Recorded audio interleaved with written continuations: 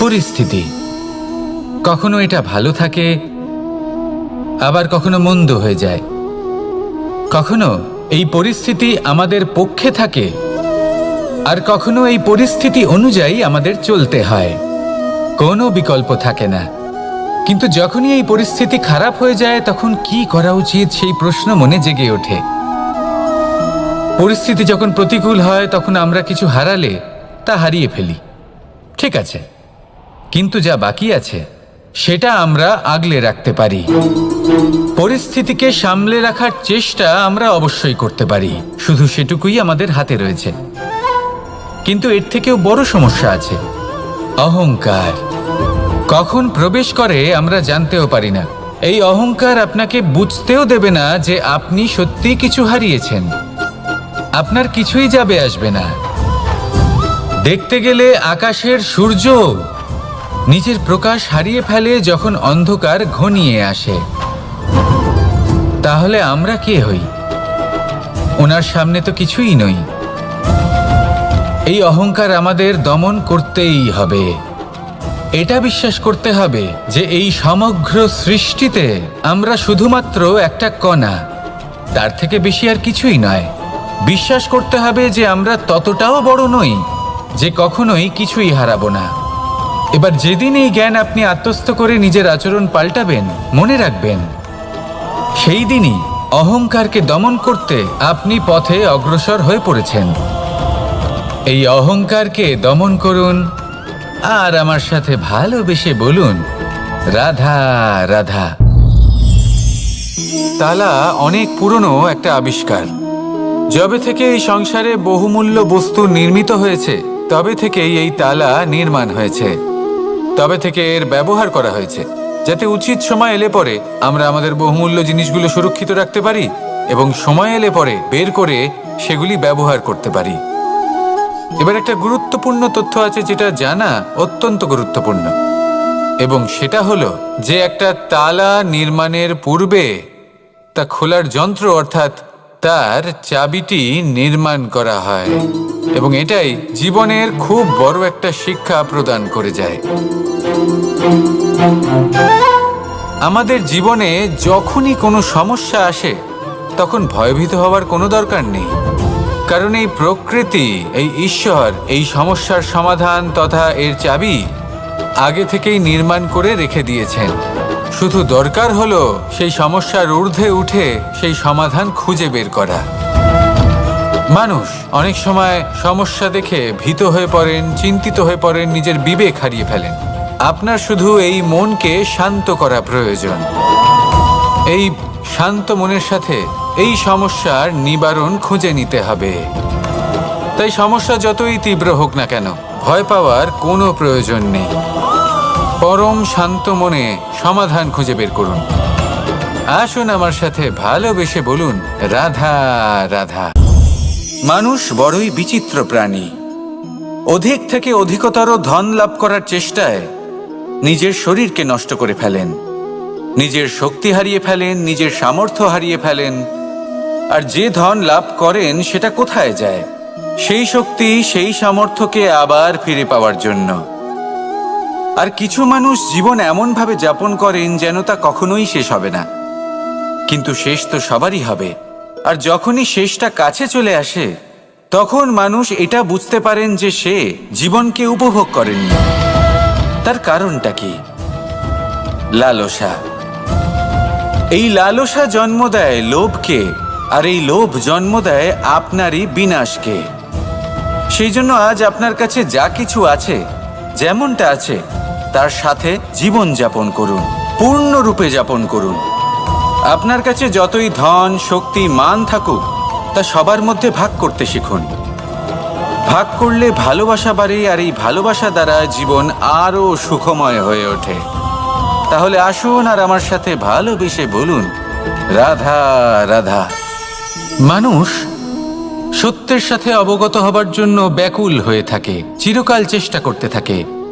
জন্ম থেকেই তার মনে এই ইচ্ছে জাগ্রত হয় সত্যিটা কি সেটা জানতে। এবার এই ইচ্ছে, এটা পূর্ণ কিভাবে করা যেতে পারে? কারণ মনে হয় যে জ্ঞান অর্জন করলেই এই ইচ্ছে পূর্ণ হতে পারে। তাই কেউ কেউ জ্ঞানের পেছনে ছুটতে থাকেন।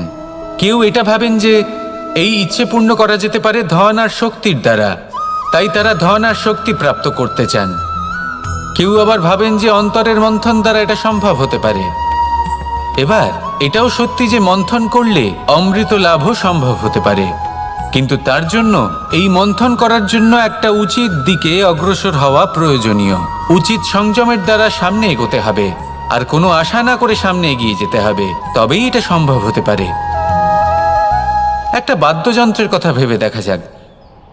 তার থেকে সুর তখনই নির্গত হয় যখন তার তারগুলি ঠিক করে বাঁধা হয়। যদি বেশি বেঁধে ফেলা হয় তাহলে তার ছিঁড়ে যেতে পারে, আর যদি ঢিলে থেকে যায় তাহলে তার থেকে উচিত সুর নির্গত হবে না।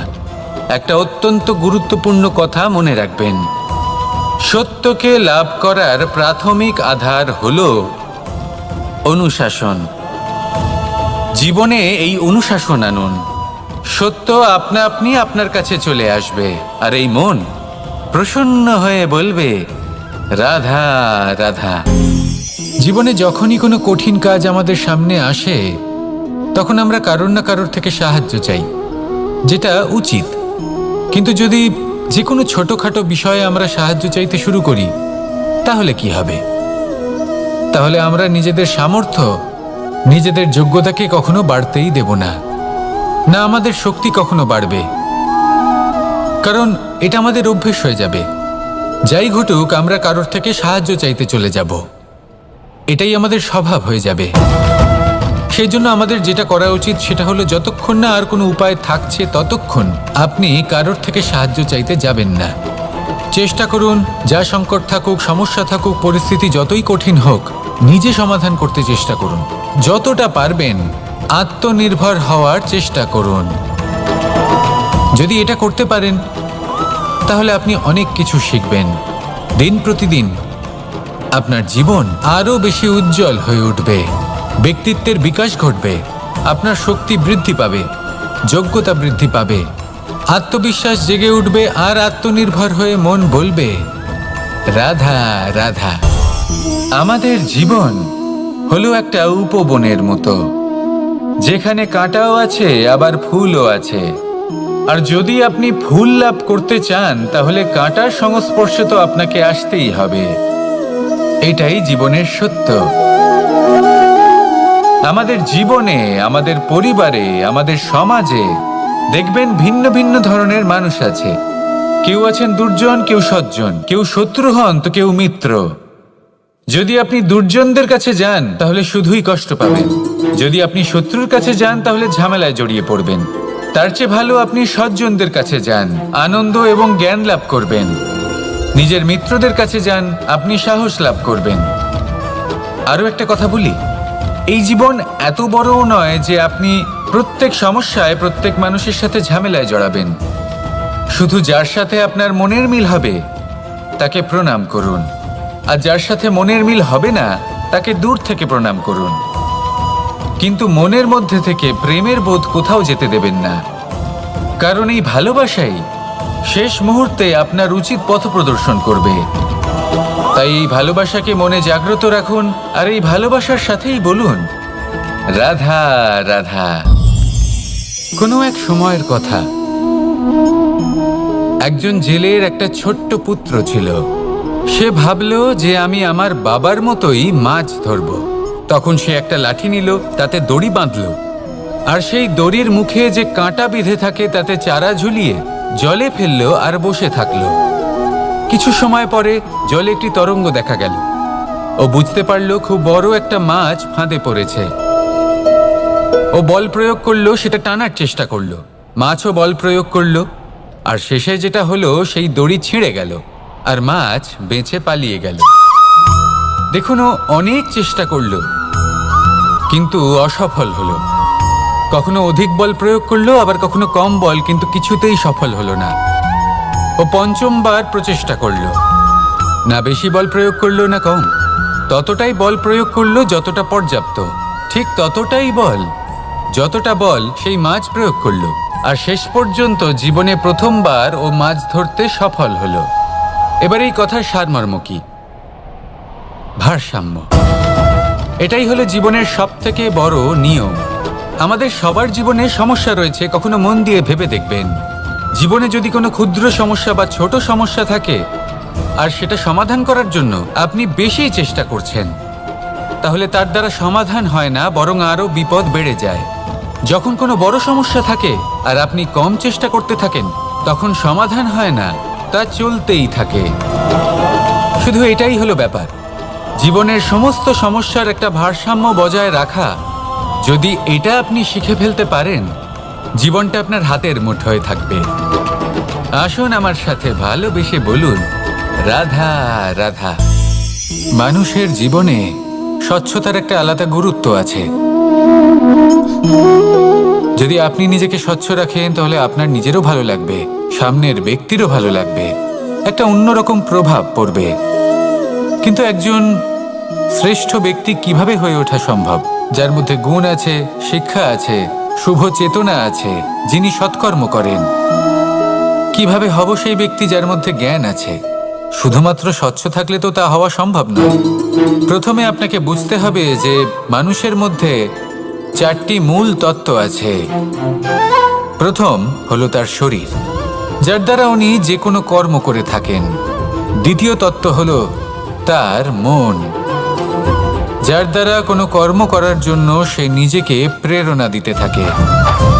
তৃতীয় তত্ত্ব হলো বুদ্ধি, যে কর্ম আমরা করতে চাই, যে লক্ষ্যে আমরা পৌঁছতে চাই, সেটা আমরা কিভাবে কোন পথে করব, সেটা স্থির করা যায় বুদ্ধি দিয়ে। আর চতুর্থ তত্ত্ব হলো আত্মা। আত্মা হলো এমন এক তত্ত্ব যার কোনো সমাপ্তি নেই। আত্মা হলো অজয়।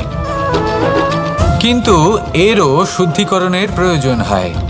এই 4টি তত্ত্বের শুদ্ধিকরণ করতে থাকুন, এদের নির্মল রাখুন, শুদ্ধ রাখুন। এবং এটা কিভাবে হবে? শুভ চেতনা দ্বারা, জ্ঞানের দ্বারা, এবং সবথেকে বেশি গুরুত্বপূর্ণ প্রেমের দ্বারা। আসুন আমার সাথে ভালোবেসে বলুন, রাধা রাধা। একে বালি বলুন, মাটি বলুন বা ধুলো বলুন, এ দিয়ে কত কিছু করা সম্ভব। এ দিয়ে আপনি নিজের বাসস্থান নির্মাণ করতে পারেন, প্রাচীর গড়ে তুলতে পারেন, অট্টালিকা নির্মাণ করতে পারেন। কিন্তু যদি এই বালিকে আপনি মুষ্টিবদ্ধ করে রাখতে চান, তাহলে তা হাত থেকে ফসকে যাবে। আপনি কখনোই একে মুষ্টিবদ্ধ করতে পারবেন না।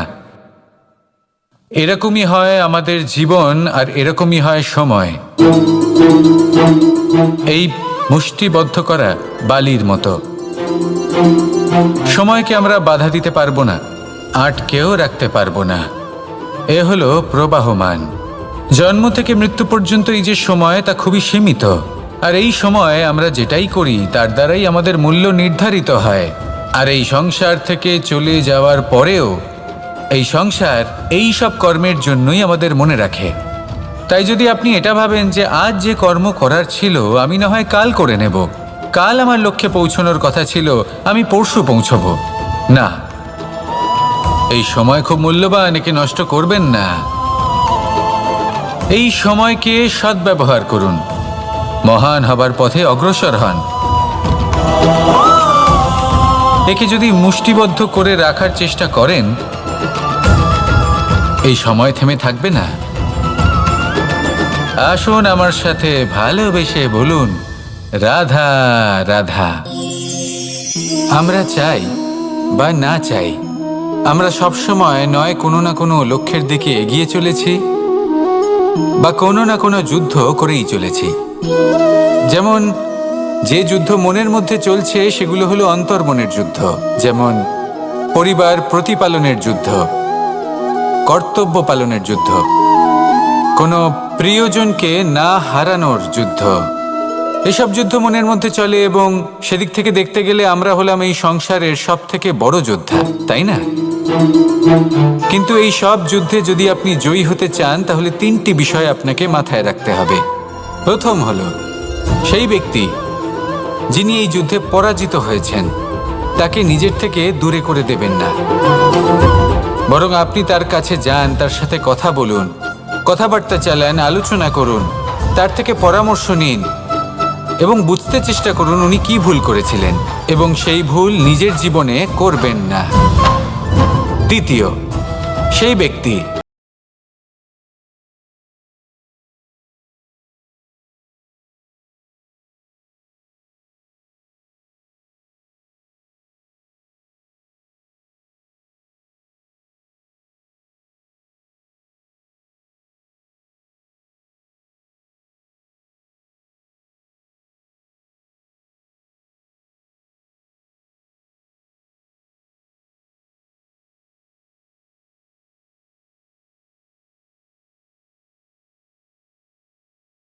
স্বর হয়ে চলেছেন।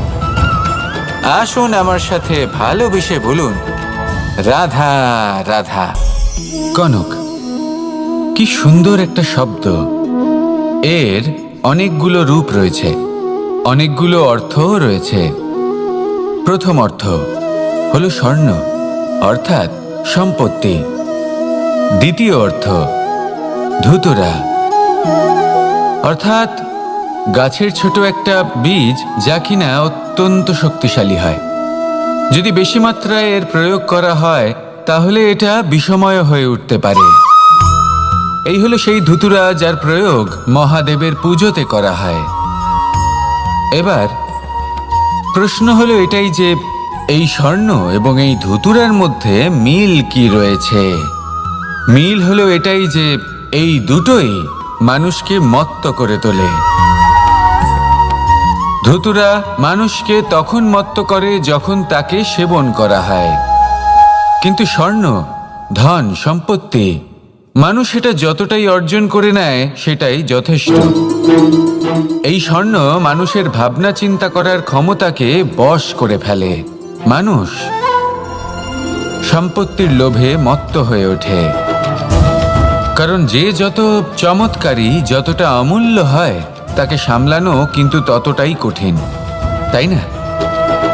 তাই মনে রাখবেন, ধন, স্বর্ণ, সম্পত্তি এগুলো ধুতুরার থেকেও অনেক বেশি বিষাক্ত হতে পারে। তাই এর ওপর আত্মসংযমের একটা কবচ পরিয়ে রাখবেন এবং বিবেকের শক্তির সাথে এগুলো প্রয়োগ করুন, তবেই কল্যাণ হবে। আসুন আমার সাথে ভালোবেসে বলুন, রাধা রাধা। বাহ, পুষ্পের সুবাস আমার খুব ভালো লাগে। অত্যন্ত সুন্দর হয় এই পুষ্প। এইভাবে চারিদিকে পুষ্প দেখে মন আনন্দিত হয়ে ওঠে। এবার আপনারা ভেবে দেখুন, আমার চারিদিকে পুষ্প নয়, আগুন আছে। তাহলে কি হবে? আমার শরীর কি জ্বলে যাবে না? অবশ্যই জ্বলবে। শরীরকে কি আগুনের তাপ সহ্য করতে হবে না? অবশ্যই সহ্য করতে হবে। এটাই হলো প্রকৃতির নিয়ম। এই নিয়ম কিন্তু আমরা সবাই জানি, কিন্তু আমাদের মধ্যে বেশিরভাগ মানুষ এই বিভ্রান্তি নিয়ে বাঁচি যে এই যে প্রকৃতির নিয়ম তা আমার ওপর প্রযোজ্য নয়। তা কিন্তু নয়। আমাদের চতুর্দিকে এই যে নিসর্গ রয়েছে, আমরা তার কতটা ক্ষতি করি সেটা একবার ভেবে দেখুন। আমরা বনাঞ্চল জ্বালিয়ে দিই, বায়ু দূষিত করি, জল দূষিত করি, প্রাণীদের হত্যা আমরা করি। কেন? এই নিসর্গ আমরা নষ্ট করি, যদিও আমরা জানি যে আমরাও হলাম এই নিসর্গেরই অংশ।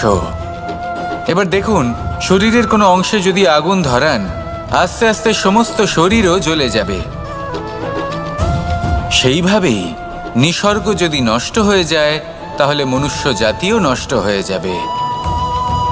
তাই এই যে নিসর্গ আপনি দেখছেন, এই পুষ্প, এই বৃক্ষ, বায়ু, জল, এদের সকলকে রক্ষা করুন, নষ্ট নয়। মনে রাখবেন, যদি নিসর্গ থাকে মানুষ থাকবে, যদি নিসর্গ থাকে তাহলেই জীবন থাকবে। আসুন আমার সাথে ভালোবেসে বলুন, রাধা রাধা। মাতা পিতার মনে সবসময় এই বাসনা বাস করে যে ওনাদের সন্তানের যেন মঙ্গল হয়। নিজের সন্তানকে সেই সবকিছু দেবার সবসময় চেষ্টা করতে থাকেন যেগুলো তারা নিজেরা নিজেদের জীবনে কখনো পেতে পারেননি। এবং এই প্রক্রিয়ায় সব থেকে গুরুত্বপূর্ণ বিষয়টি ভুলে যান, নিজের সন্তানকে সেই জিনিস দেওয়া যেটা উনি সব থেকে আগে পেয়েছেন। আমি ধনের কথা বলছি না, আমি বলতে চাইছি নিজের অভিজ্ঞতা দ্বারা ওনারা যে মানসিক স্থিতি লাভ করেছেন, ওনারা যে মর্যাদা লাভ করেছেন, যে শিক্ষা ওনারা লাভ করেছেন, সবার আগে নিজের সন্তানকে সেটা দেওয়া প্রয়োজন। সেটা যদি নিজের সন্তানকে দিতে পারেন, তাহলে এই সন্তান জীবনে তার পথে এগোতেও পারবে, ধন অর্জনও করতে পারবে এবং শক্তিশালী অনুভবও করতে পারবে। সেই জন্য সন্তানকে সবার আগে সেটা দান করুন যেটা সব থেকে বেশি মূল্যবান। সেটা দিন যেটা আপনি সবার আগে লাভ করেছেন। আসুন আমার সাথে ভালোবেসে বলুন, রাধা রাধা। কখনো কখনো আমরা খুব ব্যথিত হয়ে পড়ি। আমরা নিজেদের পরিবারের জন্য এত কিছু করি আর তারা আমাদের দেখলেই ভয়ভীত হয়ে পড়ে, আমাদের দেখলে বিরক্ত হয়। কখনো নিজেদের সন্তানকে বিকাশের পথে অগ্রসর করার জন্য আমরা তাদের উপর একটু জোর দিই যাতে তারা পরিশ্রম করে, কিন্তু সেই সন্তান আমাদের উপর বিরক্ত হয়ে পড়ে। কখনো সন্তানকে সঠিক শিক্ষা দেওয়ার জন্য আমরা তাদের কিছু সীমা নির্ধারিত করি, তখন সেই সন্তানের চোখে নিজেদের জন্য আমরা ঘৃণা দেখতে পাই। মানুষ কেন ব্যথিত হবে না? দেখুন, যখন সূচের দ্বারা আপনি বস্ত্র সেলাই করেন, তখন সূচের আঘাত সেই বস্তুকে সহ্য করতে হয়, কিন্তু তাতে সেই সূচ বা আপনার উদ্দেশ্যে কোনো প্রভাব পড়া উচিত নয়, কারণ আপনি তো আপনার কর্ম করছেন, আর তাও পূর্ণ নিষ্ঠা ভরে, এবং অবশেষে আপনার উদ্দেশ্য শুভ প্রমাণিত হবে। তাই কেউ বিরক্ত হচ্ছে বলে বা কারোর চোখে নিজের প্রতি ঘৃণা দেখার ভয় কখনো পিছিয়ে যাবেন না। কষ্ট না করে বিকাশ সম্ভব নয়। কর্ম করতে থাকুন, সব কিছু শুভ হবে। আসুন আমার সাথে ভালোবেসে বলুন, রাধা রাধা। পরিস্থিতি কখনো এটা ভালো থাকে, আবার কখনো মন্দ হয়ে যায়। কখনো এই পরিস্থিতি আমাদের পক্ষে থাকে, আর কখনো এই পরিস্থিতি অনুযায়ী আমাদের চলতে হয়। কোনো বিকল্প থাকে না। কিন্তু যখনই এই পরিস্থিতি খারাপ হয়ে যায়, তখন কি করা উচিত সেই প্রশ্ন মনে জেগে ওঠে। পরিস্থিতি যখন প্রতিকূল হয়, তখন আমরা কিছু হারালে তা হারিয়ে ফেলি, ঠিক আছে, কিন্তু যা বাকি আছে সেটা আমরা আগলে রাখতে পারি। পরিস্থিতিকে সামলে রাখার চেষ্টা আমরা অবশ্যই করতে পারি, শুধু সেটুকুই আমাদের হাতে রয়েছে। কিন্তু এর থেকেও বড় সমস্যা আছে, অহংকার। কখন প্রবেশ করে আমরা জানতেও পারি না। এই অহংকার আপনাকে বুঝতেও দেবে না যে আপনি সত্যি কিছু হারিয়েছেন। আপনার কিছুই যাবে আসবে না। দেখতে গেলে আকাশের সূর্য নিজের প্রকাশ হারিয়ে ফেলে যখন অন্ধকার ঘনিয়ে আসে। তাহলে আমরা কে হই? ওনার সামনে তো কিছুই নই। এই অহংকার আমাদের দমন করতেই হবে। এটা বিশ্বাস করতে হবে যে এই সমগ্র সৃষ্টিতে আমরা শুধুমাত্র একটা কণা, তার থেকে বেশি আর কিছুই নয়। বিশ্বাস করতে হবে যে আমরা ততটাও বড় নই যে কখনোই কিছুই হারাবো না। এবার যেদিন এই জ্ঞান আপনি আত্মস্থ করে নিজের আচরণ পাল্টাবেন, মনে রাখবেন সেই দিনই অহংকারকে দমন করতে আপনি পথে অগ্রসর হয়ে পড়েছেন। এই অহংকারকে দমন করুন আর আমার সাথে ভালোবেসে বলুন, রাধা রাধা। তালা অনেক পুরনো একটা আবিষ্কার। যবে থেকে এই সংসারে বহুমূল্য বস্তু নির্মিত হয়েছে, তবে থেকেই এই তালা নির্মাণ হয়েছে। তবে থেকে এর ব্যবহার করা হয়েছে, যাতে উচিত সময় এলে পরে আমরা আমাদের বহুমূল্য জিনিসগুলো সুরক্ষিত রাখতে পারি এবং সময় এলে পরে বের করে সেগুলি ব্যবহার করতে পারি। এবার একটা গুরুত্বপূর্ণ তথ্য আছে যেটা জানা অত্যন্ত গুরুত্বপূর্ণ, এবং সেটা হলো যে একটা তালা নির্মাণের পূর্বে তা খোলার যন্ত্র অর্থাৎ তার চাবিটি নির্মাণ করা হয়, এবং এটাই জীবনের খুব বড় একটা শিক্ষা প্রদান করে যায়। আমাদের জীবনে যখনই কোনো সমস্যা আসে, তখন ভয়ভীত হওয়ার কোনো দরকার নেই, কারণ এই প্রকৃতি, এই ঈশ্বর এই সমস্যার সমাধান তথা এর চাবি আগে থেকেই নির্মাণ করে রেখে দিয়েছেন। শুধু দরকার হলো সেই সমস্যার ঊর্ধ্বে উঠে সেই সমাধান খুঁজে বের করা।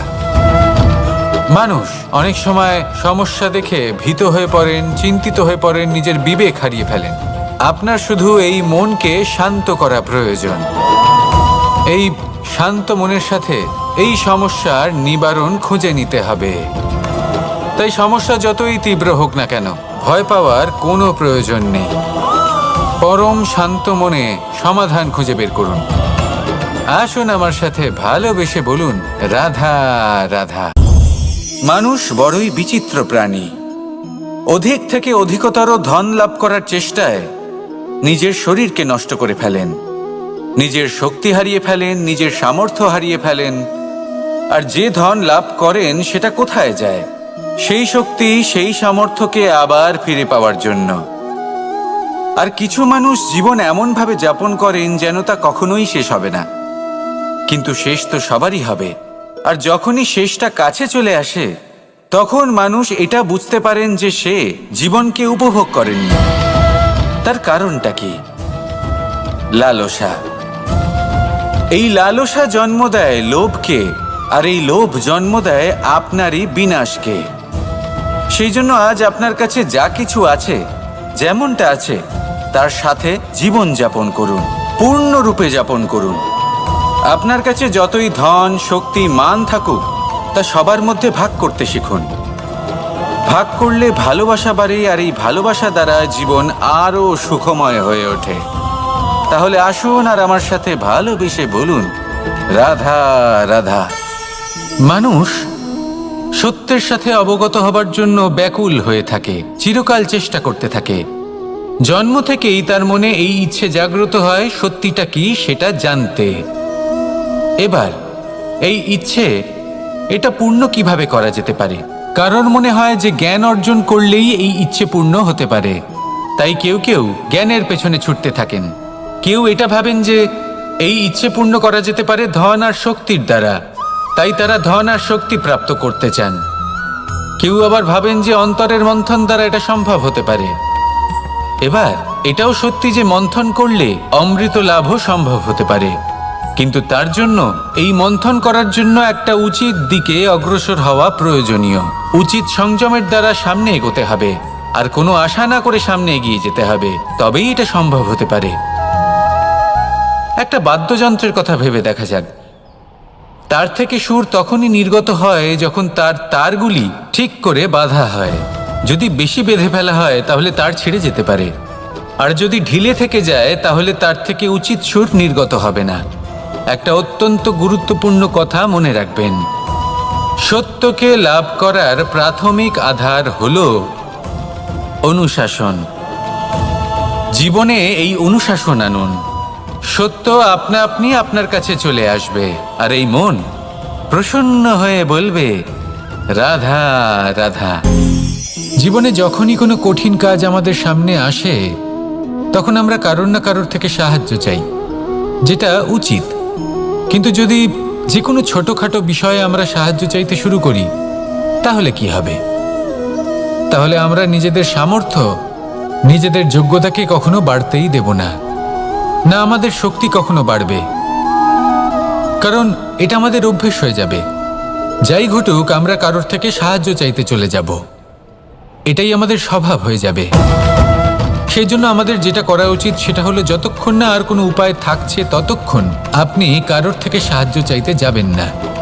চেষ্টা করুন, যা সংকট থাকুক, সমস্যা থাকুক, পরিস্থিতি যতই কঠিন হোক, নিজে সমাধান করতে চেষ্টা করুন। যতটা পারবেন আত্মনির্ভর হওয়ার চেষ্টা করুন। যদি এটা করতে পারেন তাহলে আপনি অনেক কিছু শিখবেন।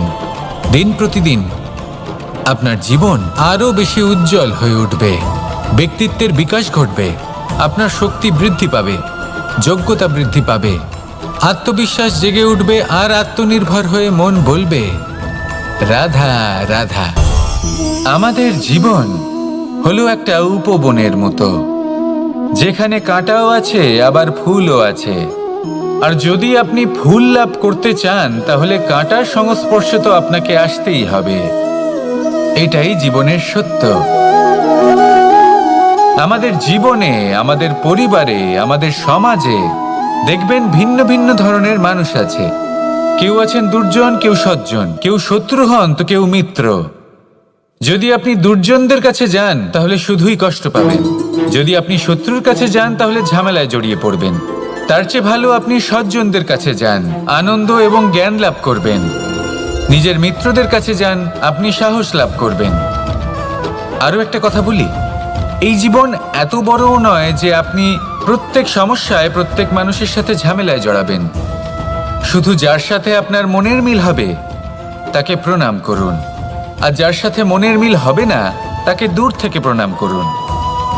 কিন্তু মনের মধ্যে থেকে প্রেমের বোধ কোথাও যেতে দেবেন না, কারণ এই ভালোবাসাই শেষ মুহূর্তে আপনার উচিত পথ প্রদর্শন করবে।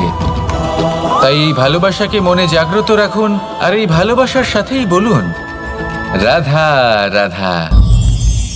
কোনো এক সময়ের কথা,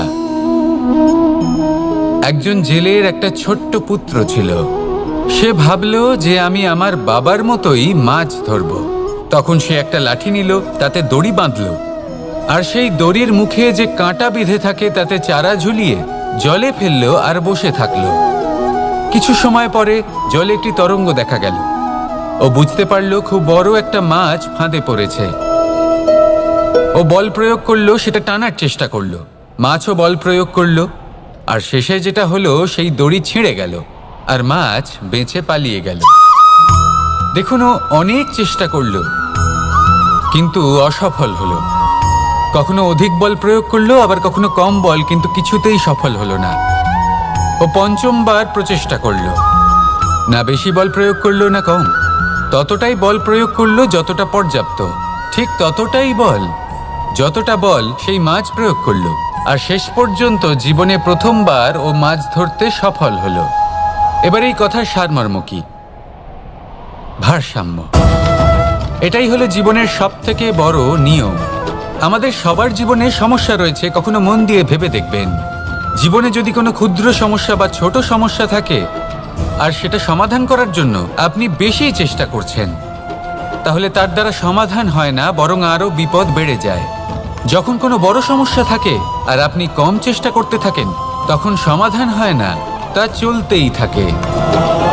শুধু এটাই হলো ব্যাপার। জীবনের সমস্ত সমস্যার একটা ভারসাম্য বজায় রাখা, যদি এটা আপনি শিখে ফেলতে পারেন, জীবনটা আপনার হাতের মুঠোয় থাকবে। আসুন আমার সাথে ভালোবেসে বলুন রাধা রাধা। মানুষের জীবনে স্বচ্ছতার একটা আলাদা গুরুত্ব আছে। যদি আপনি নিজেকে স্বচ্ছ রাখেন তাহলে আপনার নিজেরও ভালো লাগবে, সামনের ব্যক্তিরও ভালো লাগবে, একটা অন্যরকম প্রভাব পড়বে। কিন্তু একজন শ্রেষ্ঠ ব্যক্তি কিভাবে হয়ে ওঠা সম্ভব? যার মধ্যে গুণ আছে, শিক্ষা আছে, শুভ চেতনা আছে, যিনি সৎকর্ম করেন। কিভাবে হব সেই ব্যক্তি যার মধ্যে জ্ঞান আছে? শুধুমাত্র স্বচ্ছ থাকলে তো তা হওয়া সম্ভব নয়। প্রথমে আপনাকে বুঝতে হবে যে মানুষের মধ্যে 4টি মূল তত্ত্ব আছে। প্রথম হলো তার শরীর, যার দ্বারা উনি যে কোনো কর্ম করে থাকেন। দ্বিতীয় তত্ত্ব হলো তার মন, যার দ্বারা কোনো কর্ম করার জন্য সে নিজেকে প্রেরণা দিতে থাকে। তৃতীয় তত্ত্ব হলো বুদ্ধি, যে কর্ম আমরা করতে চাই, যে লক্ষ্যে আমরা পৌঁছতে চাই, সেটা আমরা কিভাবে কোন পথে করব সেটা স্থির করা যায় বুদ্ধি দিয়ে। আর চতুর্থ তত্ত্ব হলো আত্মা। আত্মা হলো এমন এক তত্ত্ব যার কোনো সমাপ্তি নেই। আত্মা হলো অজয়, কিন্তু এরও শুদ্ধিকরণের প্রয়োজন হয়। এই 4টি তত্ত্বের শুদ্ধিকরণ করতে থাকুন, এদের নির্মল রাখুন, শুদ্ধ রাখুন। এবং এটা কিভাবে হবে? শুভ চেতনা দ্বারা, জ্ঞানের দ্বারা, এবং সবথেকে বেশি গুরুত্বপূর্ণ প্রেমের দ্বারা। আসুন আমার সাথে ভালোবেসে বলুন রাধা রাধা। একে বালি বলুন, মাটি বলুন বা ধুলো বলুন, এ দিয়ে কত কিছু করা সম্ভব। এ দিয়ে আপনি নিজের বাসস্থান নির্মাণ করতে পারেন, প্রাচীর গড়ে তুলতে পারেন, অট্টালিকা নির্মাণ করতে পারেন। কিন্তু যদি এই বালিকে আপনি মুষ্টিবদ্ধ করে রাখতে চান, তাহলে তা হাত থেকে ফসকে যাবে। আপনি কখনোই একে মুষ্টিবদ্ধ করতে পারবেন না।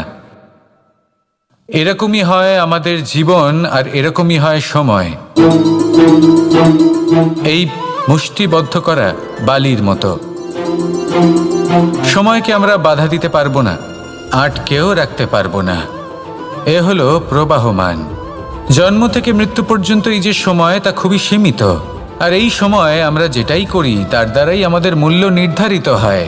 আর এই সংসার থেকে চলে যাওয়ার পরেও এই সংসার এই সব কর্মের জন্যই আমাদের মনে রাখে। তাই যদি আপনি এটা ভাবেন যে আজ যে কর্ম করার ছিল আমি না হয় কাল করে নেব, কাল আমার লক্ষ্যে পৌঁছানোর কথা ছিল আমি পরশু পৌঁছবো, না, এই সময় খুব মূল্যবান, একে নষ্ট করবেন না।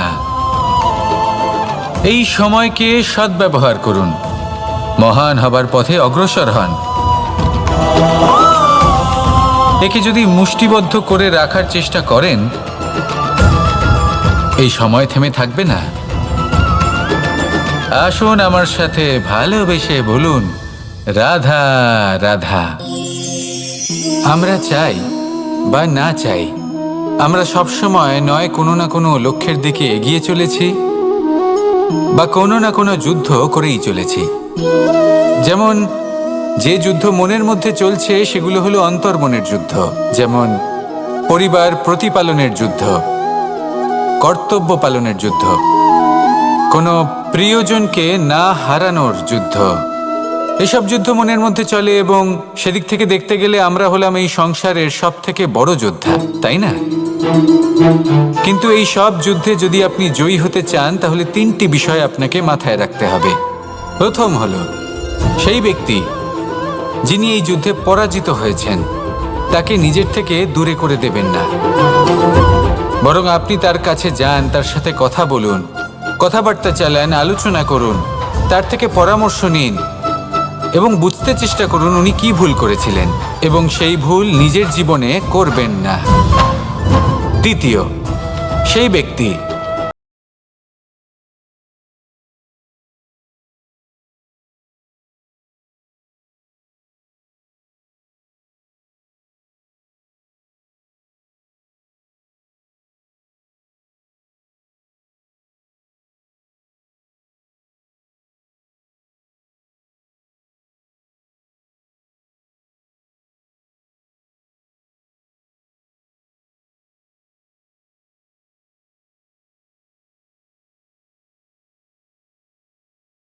অগ্রসর হয়ে চলেছেন।